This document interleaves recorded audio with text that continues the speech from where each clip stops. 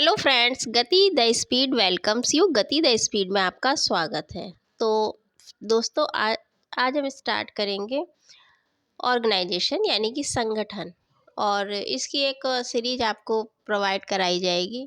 देखिए, इसमें से प्रश्न डेफिनेटली बनते हैं। विभिन्न ऑर्गेनाइजेशन कभी आपसे संस्था पूछते हैं, कभी पूछेंगे भाई ये वर्क क्या करते हैं, अध्यक्ष कौन है, इस तरीके से आपसे प्रश्न बनते हैं।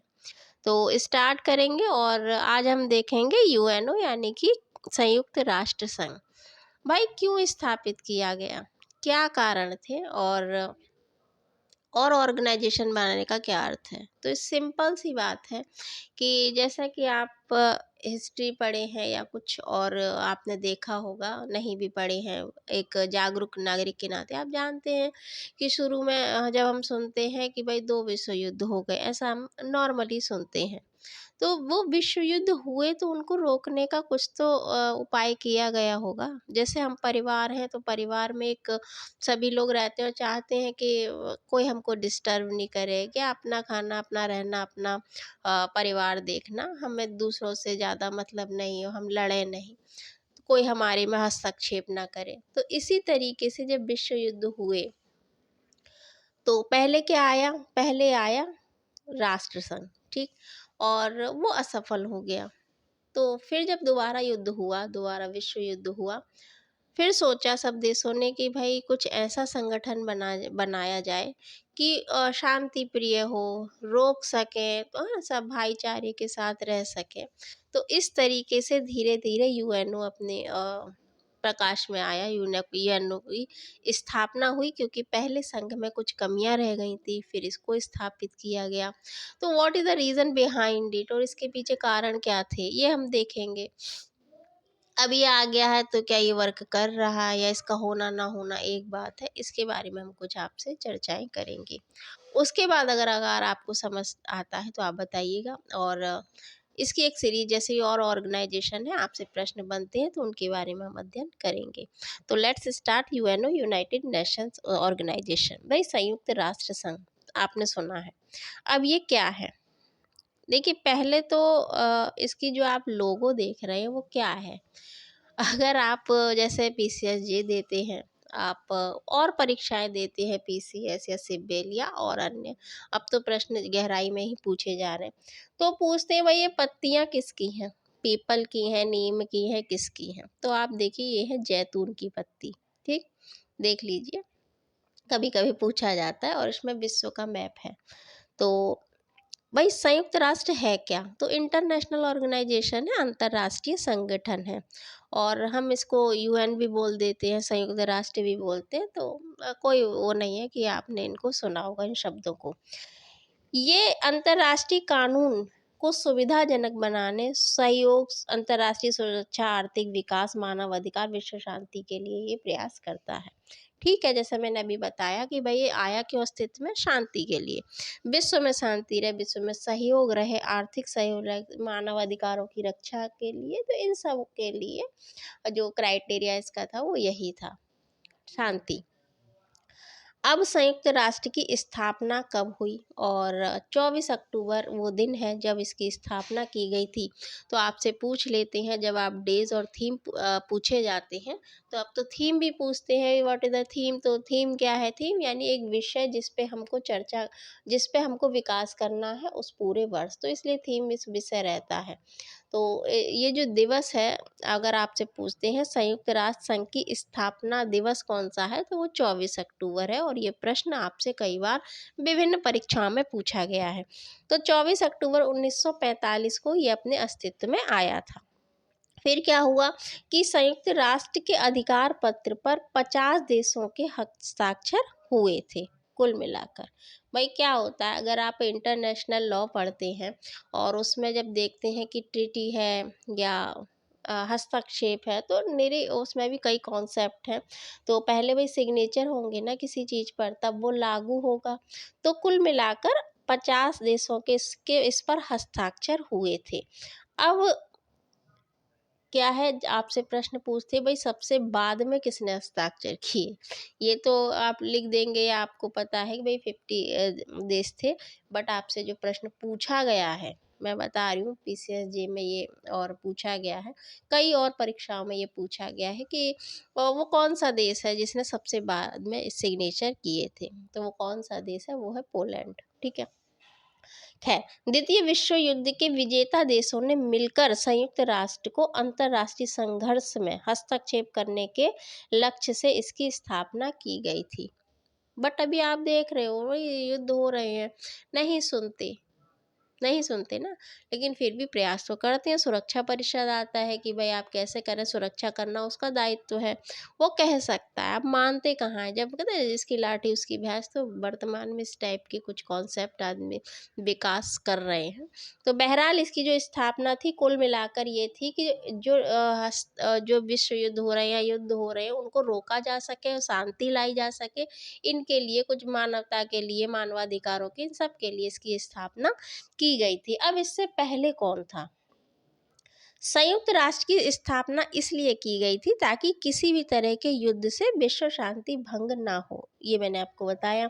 संयुक्त राष्ट्र के सबसे शक्तिशाली देश कौन से हैं? तो अगर आप आंख भी बंद कर लेंगे तो आपको आंख बंद करके आपको पता पड़ जाएगा कि भाई ये कौन है। यूएसए है, रूस है, फ्रांस है, यूके है, चाइना है। तो ये क्या है? अभी अभी जब मैं आपको बताऊंगी सुरक्षा परिषद, तो ये क्या है? ये स्थायी सदस्य हैं उसके, ये स्थायी सदस्य हैं। तो ये तो पावरफुल कंट्री वैसे भी हैं और ये खुद को मानती भी हैं, इसके ये सदस्य हैं। संयुक्त राष्ट्र का भाई इतिहास क्या रहा है? संयुक्त राष्ट्र एक इंटरनेशनल ऑर्गेनाइजेशन के निर्माण का ये दूसरा प्रयास था। तो पहला क्या था? पहला ये था संयुक्त राष्ट्र, जो इससे पूर्व था वो केवल राष्ट्र संघ था, संयुक्त राष्ट्र नहीं था, वो राष्ट्र संघ था। अब आपको अगर नहीं याद रहता तो राष्ट्र संघ के आगे आप लगा दीजिए संयुक्त, यानी मिलजुल कर। तो इससे पूर्व राष्ट्र संघ था लेकिन वो सफल नहीं हुआ, उसकी असफलता हुई और इसलिए ये दूसरा बनाया गया। तो उसकी स्थापना का विचार आया और केंद्रीय भूमिका जिसमें सब अदा कर सकें, जो अंतर्राष्ट्रीय व्यवस्था को अधिक न्यायोचित बनाने का काम करे। ठीक है। इसका जो विचार था वो दूसरे विश्व युद्ध के सामने आया। सोचा कि भाई ऐसे तो युद्ध होते रहेंगे, ऐसे तो हानियां होती रहेंगी, तो क्यों ना हम ऐसा कुछ करें कि जिससे शांति हो, जिससे प्रयास कर सके, सब मिलजुल कर रह सके। तो इस तरीके से चर्चाओं में आ गया। यह विचार 12 जून 1941 को लंदन में राष्ट्रमंडल सदस्य और 8 यूरोपीय निर्वासित सरकारों के हस्ताक्षरित अंतर्मैत्री उद्घोषणा में पहली बार सार्वजनिक रूप से सामने आया। तो आपको ये डेट याद रखनी है, 12 जून 1941 को। इस उद्घोषणा के तहत आज़ाद विश्व और लोग जिसमें शांति और सुरक्षित रह सकें। इसके बाद, इस घोषणा के बाद अटलांटिक चार्टर पर 14 अगस्त 1941 को हस्ताक्षर किए गए। ठीक है। अटलांटिक चार्टर को संयुक्त राष्ट्र का जन्म सूचक के रूप में माना जाता है। ठीक, यानी इसका जो जन्म हुआ वो अटलांटिक चार्टर पहले बना, तो ऐसा माना जाता है कि यहाँ से स्टार्टिंग हुई। चार्टर पर उस समय के जो ब्रिटेन के जो ब्रिटिश प्रधानमंत्री थे, आपने सुना होगा कौन थे? चर्चिल। ठीक है। तो sir Winston Leonard Spencer Churchill, well known है, आप हिस्ट्री पढ़े हैं। अमेरिका के राष्ट्रपति फ्रैंकलिन डी रूजवेल्ट, तो ये महत्वपूर्ण, ये नाम आपको याद रखने हैं। ये कौन थे? ये स्टार्टिंग से थे, के द्वारा हस्ताक्षर किए गए। 1 जनवरी 1942 को वाशिंगटन में अटलांटिक चार्टर का समर्थन वाले जो किया था, कुल 26 देशों ने इसकी संयुक्त राष्ट्र की घोषणा पर हस्ताक्षर किए। तो सबसे बाद में कौन आया वो हमने अभी देखा, पोलैंड। संयुक्त राष्ट्र का नाम पहली बार अमेरिकी राष्ट्रपति रूजवेल्ट द्वारा लिया गया। तो ये आपके लिए की पॉइंट है कि जो नाम था वो कहाँ से आया? इनके द्वारा। चीन, इंग्लैंड, सोवियत संघ, अमेरिका द्वारा मॉस्को में 23 अक्टूबर 1943 को सामान्य सुरक्षा को लेकर हस्ताक्षर किए गए।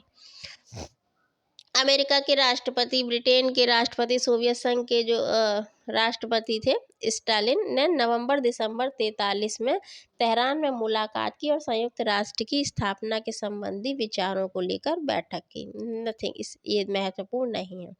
अब ये है कि बैठक तो की, लेकिन ये दूसरे विश्व युद्ध के दौरान क्या था कि ये पहली बैठक थी।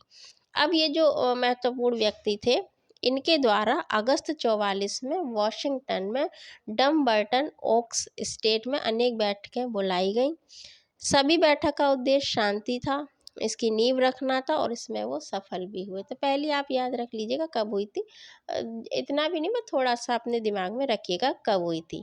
7 अक्टूबर 44 को ये जो आपका यूएनओ है, इसके प्रस्तावित ढांचे को प्रकाशित किया गया और फरवरी 45 में याल्टा सम्मेलन पर इस प्रस्तावित ढांचे पर इन लोगों की, ये जो व्यक्ति विशेष है, इनकी बैठक हुई। और भी थे पर ये खास नाम है। अंतर्राष्ट्रीय संगठन से संबंधित संयुक्त राष्ट्र सम्मेलन में कुल 50 देशों के प्रतिनिधि शामिल हुए। ये हम सबसे पहले अभी जब हम देख रहे थे वहाँ हमने देखा था।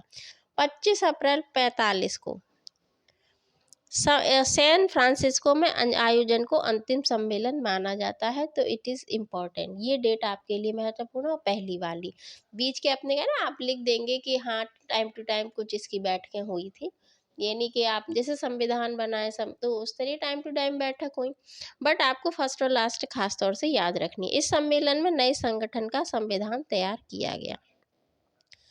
26 जून 45 को 50 देशों ने इस चार्टर पर सिग्नेचर किए। किसी कारण पर, कोई कारण रहा होगा, तो पोलैंड उस समय नहीं आया था, लेकिन वो बाद में आया, ठीक, और वह भी संस्थापक की सूची में शामिल हो गया।